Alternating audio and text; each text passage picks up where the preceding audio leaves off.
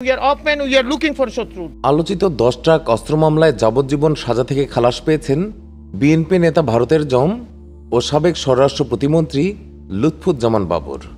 আর এতে করে রাতের ঘুম উড়ে গেল নরেন্দ্র মোদীর। এই সে লুৎফুজ্জামান বাবর, যিনি ভারত সরকারকে এতটাই দৌড়ের ওপর রাখতেন যা পারেনি পাকিস্তান কিংবা চীনের মতো শত্রু রাষ্ট্র। কারণ তিনি ভারতের অত্যন্ত গুরুত্বপূর্ণ 7 সিস্টার্স খ্যাত 7টি রাজ্যে বিপুল পরিমাণ অস্ত্র আর গোলাবারুদ পাঠিয়ে তাদেরকে ভারত থেকে স্বাধীন করতে চেয়েছিলেন। বাবরকে নিয়ে কি কি কারণে চিন্তিত ভারত, তাই নিয়ে আলোচনা করব আমাদের আজকের ভিডিওতে। কবে ছাড়া পাচ্ছেন বাবর, তিনি ছাড়া পেলে কি হবে ভারতের, চলুন বিস্তারিত জেনে নেওয়া যাক। ডক্টর ইউনূস সরকার প্রধান হওয়ার সময়ের ঘটনা। দীর্ঘ 15 বছরেরও বেশি সময় পর প্রথমবারের মতো তখন আলোচনায় আসেন বিএনপি সরকারের স্বরাষ্ট্র প্রতিমন্ত্রী লুৎফুজ্জামান বাবর। সেই সময় বাংলাদেশে চলমান অস্থিরতা নিয়ন্ত্রণ না করা গেলে তা প্রতিবেশী মিয়ানমার সহ ভারতের উত্তর পূর্ব অঞ্চলের 7টি রাজ্য সেই অস্থিরতা ছড়িয়ে পড়তে পারে বলে আশঙ্কা করেন নোবেল বিজয়ী অর্থনীতিবিদ ডক্টর মোহাম্মদ ইউনূস। বাংলাদেশে ফিরে অন্তর্বর্তী সরকারের নেতৃত্ব দেওয়ার আগে নোবেলজয়ী অধ্যাপক ডক্টর মোহাম্মদ ইউনূস ভারতীয় সংবাদ মাধ্যম এনডিটিভিকে দেয়া এক সাক্ষাৎকারে এই কথা বলেন। তার এই বক্তব্যের পর হঠাৎ করেই সামাজিক যোগাযোগ মাধ্যমে লুৎফুজ্জামান বাবরকে নিয়ে আলোচনা শুরু হয়। উল্লেখ্য, 7 সিস্টার্স হল ভারতের অরুণাচল প্রদেশ, আসাম, ত্রিপুরা, নাগাল্যান্ড, মণিপুর, মিজোরাম ও মেঘালয়। এই 7 রাজ্যকে একত্রে 7 সিস্টার্স বলে। অনেকেই মনে করেন লুৎফুজ্জামান বাবর ভারত সরকারের কাছে একটা আতঙ্কের নাম। বাবর 7 সিস্টার্সে বিদ্রোহী দল বানিয়ে সেখানে অস্থিতিশীল করে ভারত সরকারকে চাপে রাখতে চেয়েছিলেন। চীন পাকিস্তান মিলে ভারতকে যতটুকু দৌড়ের ওপর রাখতে পারেনি তার চেয়ে অনেক বেশি লুৎফুজ্জামান বাবর একাই করতে পেরেছেন। 2004 সালে তিনি 10 ট্রাক ভর্তি অস্ত্র, গোলাবারুদ এবং রকেট লঞ্চার নিয়ে ভারতে পাঠাতে চেয়েছিলেন।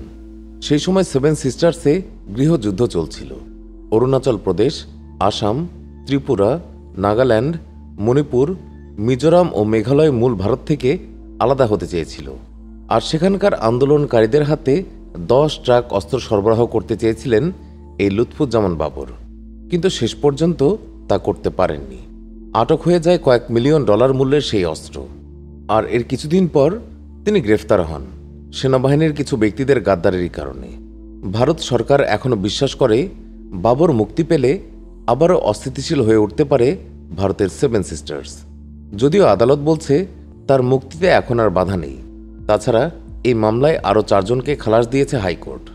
পাশাপাশি ভারতের বিচ্ছিন্নতাবাদী সংগঠন উলফার সামরিক কমান্ডার পরেশ বড়ুয়া সহ 5 জনের সাজা কমানো হয়েছে। মঙ্গলবার দুপুরে বিচারপতি মোস্তফা জামান ইসলাম ও বিচারপতি নাসরিন আক্তারের সমন্বয়ে গঠিত হাইকোর্ট বেঞ্চে এই রায় দেন।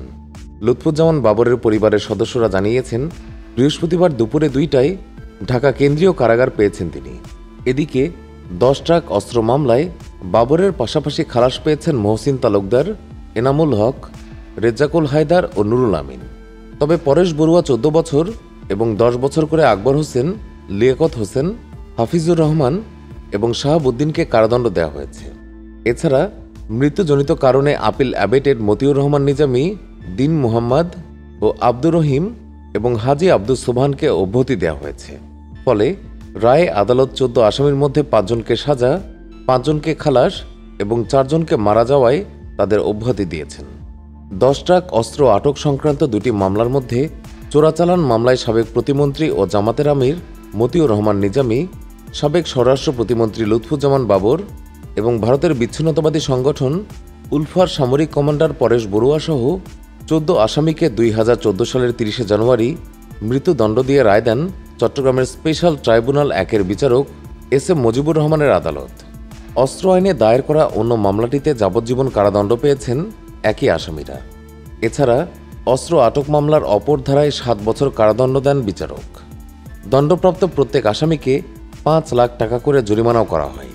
এদিকে নেত্রকোনা হাওর অঞ্চলের মোহনগঞ্জ এবং খালিয়াজুড়ি আসনের সাংসদ ছিলেন বাবর। তিনি শুধু একজন সাংসদ এবং প্রতিমন্ত্রী ছিলেন না, হাওর বেষ্টিত জনপদের সাধারণ মানুষের কাছে তিনি একজন জনদরদী, দানবীর এবং তুমুল জনপ্রিয় নেতা হিসেবে সুপরিচিত। তবে 2007 থেকে কারাবন্দী অবস্থায় ছিলেন এই জাঁজরেল নেতা। তার কারামুক্তিতে জেলা জুড়ে আনন্দ মিছিল করছে সাধারণ মানুষ। আনন্দ মিছিল হয়েছে বাবরের নিজ উপজেলা মদন এবং কেন্দুয়াতেও। কোথাও কোথাও করা হয়েছে মিষ্টি বিতরণ। কারা অন্তরীণ লুৎফুজ্জামান বাবরকে বরণ করে নিতে অধীর আগ্রহে রয়েছেন হাওরপাড়ের লাখো মানুষ। তারা তাদের প্রিয় নেতার মুক্তির অপেক্ষার ক্ষণ গণনা করতে শুরু করে দিয়েছেন। এদিকে লুৎফুজ্জামান বাবরের নিঃশর্ত মুক্তির দাবিতে তার নিজ উপজেলা মদন জেলা বিএনপি অঙ্গ এবং সহযোগী সংগঠনের পক্ষ থেকে মিছিল সমাবেশ সহ বিভিন্ন কর্মসূচি পালন করা হচ্ছিল। এসব কর্মসূচিতে বাবরপ্রেমী সাধারণ মানুষের অংশগ্রহণও ছিল চোখে পড়ার মতো। স্থানীয় বিএনপি নেতাকর্মী ও সাধারণ মানুষের সঙ্গে কথা বলে জানা গেছে, লুৎফুজ্জামান বাবর সংসদ সদস্য ও স্বরাষ্ট্র প্রতিমন্ত্রী থাকাকালে তিনি নিজ নির্বাচনী এলাকা মোহনগঞ্জ, খালিয়াজুড়ি ও মদন উপজেলাসহ জেলার সার্বিক উন্নয়নে গুরুত্বপূর্ণ ভূমিকা রাখেন, যে কারণে তিনি পুরো জেলাবাসীর কাছে খুব দ্রুত সময়ের মধ্যে আস্থাভাজন এবং জনপ্রিয় হয়ে উঠতে পেরেছিলেন। নেত্রকোনা জেলা বিএনপির আহ্বায়ক অধ্যাপক ডক্টর আনোয়ারুল হক বলেন, স্বৈরাচারী হাসিনা সরকার ভাটি বাংলার জননন্দিত নেতা লুৎফুজ্জামান বাবরকে নানাভাবে অত্যাচার নির্যাতন করেছে। দীর্ঘ 17 বছর পর স্বৈরাচারের পতন হয়েছে, তাই আমরা আর বাবরকে জেলে দেখতে চাই না। অনতিবিলম্বে তার নিঃশর্ত মুক্তি চেয়ে আসছিলাম। জেলার মদন উপজেলার বিএনপি সাধারণ সম্পাদক মোহাম্মদ রফিকুল ইসলাম আকন্দ বলেন, আমরা আমাদের প্রিয় নেতাকে বরণের জন্য উন্মুখ হয়ে আছি। লুৎফুজ্জামান বাবরের মতো একজন খাঁটি জনদরদী নেতা বর্তমানে বিরল। তিনি যেদিন জেল থেকে বের হয়ে আসবেন সেদিন তাকে বরণ করতে হাওর অঞ্চল জনসমুদ্রে পরিণত হবে। তিনি কারামুক্ত হয়ে আবারও এলাকার সাধারণ মানুষের ভাগ্য উন্নয়নে হাল ধরবেন, এটাই আমাদের প্রত্যাশা। জেলার মদন উপজেলার নায়কপুর গ্রামের বাবর ভক্ত আবদুল্লাহ খান বলেন, আমাদের মতো গ্রামাঞ্চলের সাধারণ মানুষকে তিনি অত্যন্ত মূল্যায়ন করতেন।